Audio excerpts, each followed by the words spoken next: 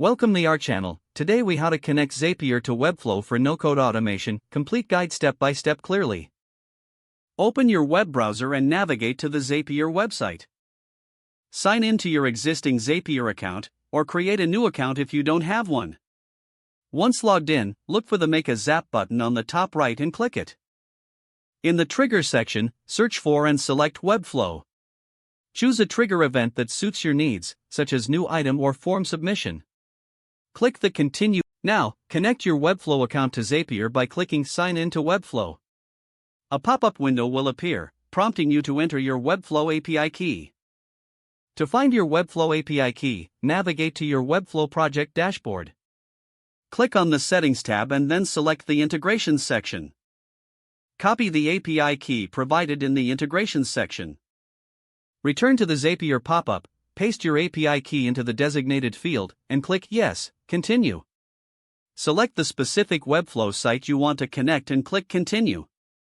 Zapier, click the Test Trigger button to ensure everything is set up correctly.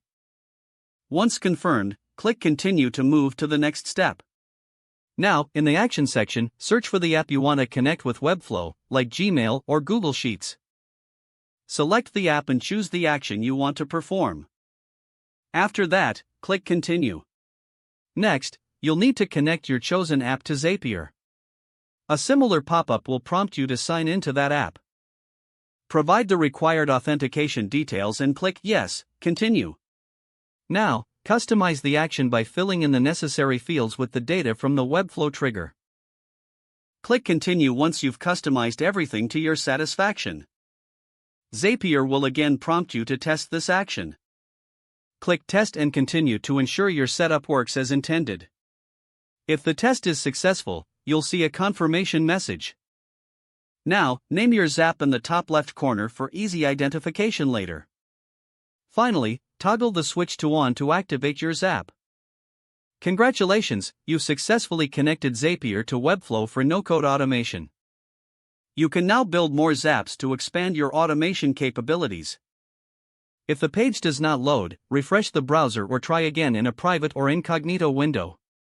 Make sure you are using the correct email address, then retype it carefully to avoid small typos. If your password is not accepted, use the Reset option and create a new strong password you can remember. Check your spam folder for verification or security emails, then complete any requested confirmation steps. Don't forget to like this video and subscribe to our channel for more step-by-step tech guides.